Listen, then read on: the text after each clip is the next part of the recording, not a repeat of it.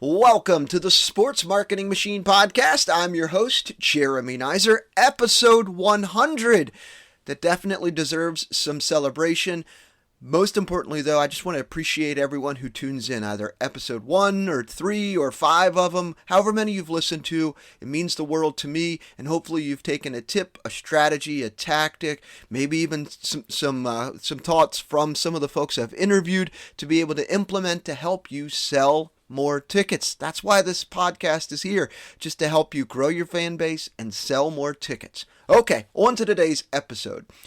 Too often, marketing teams put together their email blast, whether it's Constant Contact or MailChimp or whatever you're using. They'll put it together, they'll choose their list, and then they'll hit send. And then they move on to the next thing on their list, and then they'll eventually look back, hey, did I sell anything from that email blast? But when you hit send on the email blast, that's where the real work begins, where marketing and the sales teams can work together to sell more tickets. Today, I'm going to dig into how to turn your email marketing efforts into actually sales and help your sales team. Let's get to it.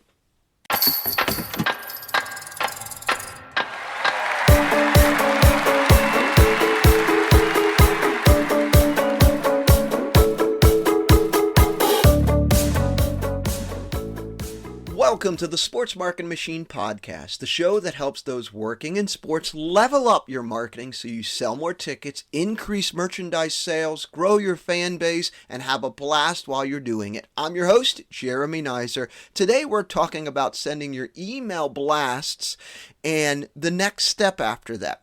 Before I dig into the tactic and why this works and why you should do this, email marketing has been and will continue to be one of the biggest ROI tools for teams.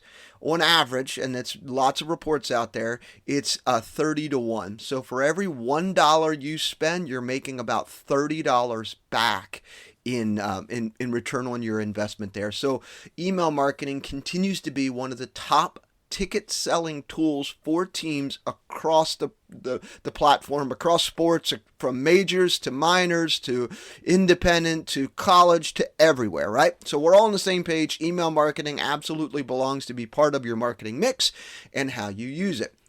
Inside of your email marketing, you typically have a few different lists. At least you should. Maybe season ticket lists, group lists, mini plans lists, single game buyer lists. That's what you typically have in there. So the next time you put together a single game email, put it all together and you've got it, and whatever you're promoting, you get it all in there, and you've got your button in there that says buy now. You've got all the information about whatever it is you're promoting.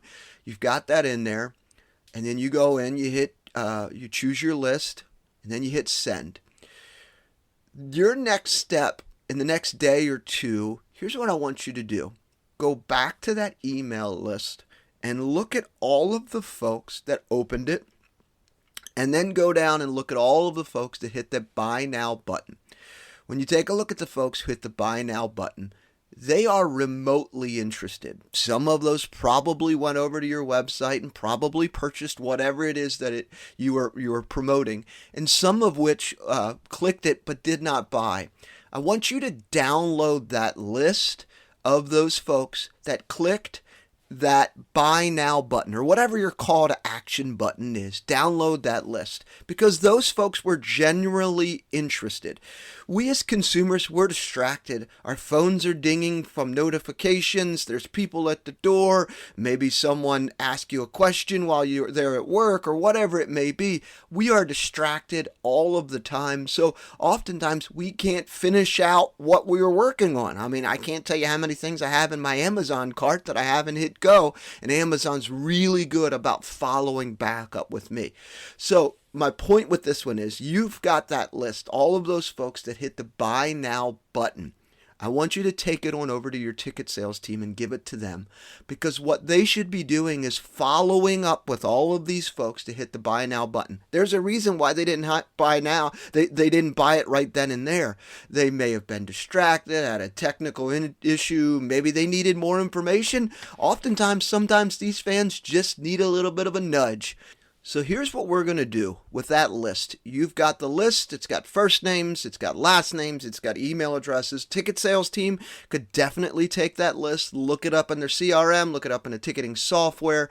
But what they're going to do is they're going to take that list and just start calling people and following up.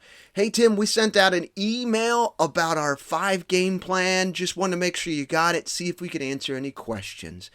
The why I phrased it the way that I just did in that email outreach is it doesn't sound creepy. Honestly, if you said, hey, Tim, saw you hit the buy now button on our emails, and why didn't you buy? Like, that sounds super creepy. Don't do that.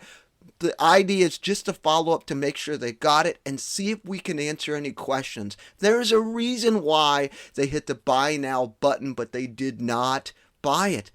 We got to find out. So let's just follow up. Let's make those phone calls.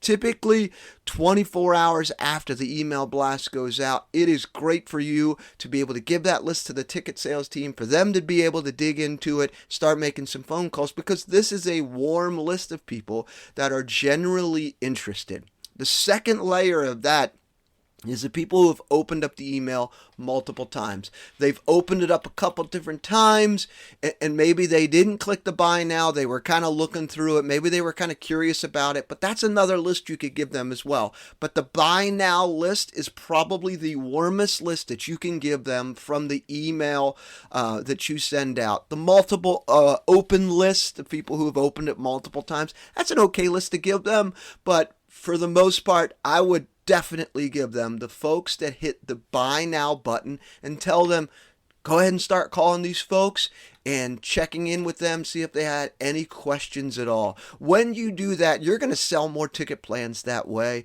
You're going to answer more questions. You're going to build better relationships with your fans because you're showing a higher level of customer service rather than ticket sales team is calling their people and you're emailing your people. Everybody's working together to help sell more tickets to your games. So that is the tip and the strategy for you today. This is going to take you 5 minutes after an email blast. Within 24 hours, you put this list together for them. They're going to love it. They're going to be able to follow up with people and they're going to make some ticket sales. But if you do this after every email blast about ticket plans, to send to your ticket sales team, I guarantee you're going to sell more tickets this way because you're reaching an audience that is warm. These are the folks that are generally interested in buying whatever the package that you're trying to promote. You could also do this on the ticket plan side of things about renewing ticket plans, because your ticket sales team should be calling people to renew ticket plans. But if you're just relying on the email blast, if people are clicking to renew and they click it, but they didn't necessarily do it, like that's when they should follow back up with those folks as well. So you could do it a few different ways. You could do it renewals. You could do it for pitching a new ticket plan to single game buyers.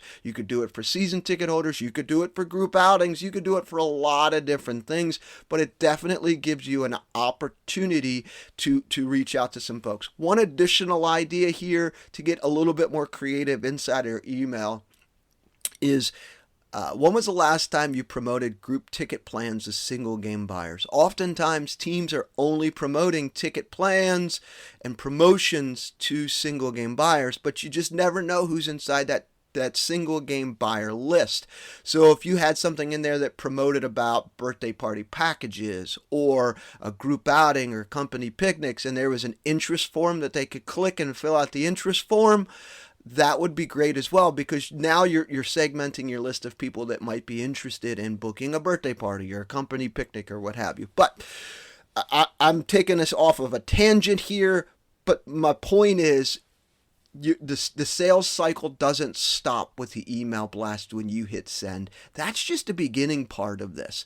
So big takeaways. Number one, when you send out an email blast to promote a ticket plan, whatever it may be, 24 hours later, I want you to download that list of all the people that click the buy now button and hand that on over to your ticket sales team and let them call people to follow up. Their follow up should be, hey, wanted to check in to see if you received that email, see if we could answer any questions at all. It's not to sound creepy or really sneaky, like, hey, I saw that you clicked, but you didn't buy. We're not saying that. We're saying, hey, we wanted to check in to make sure to see if you received the email, see if we could answer any questions at all.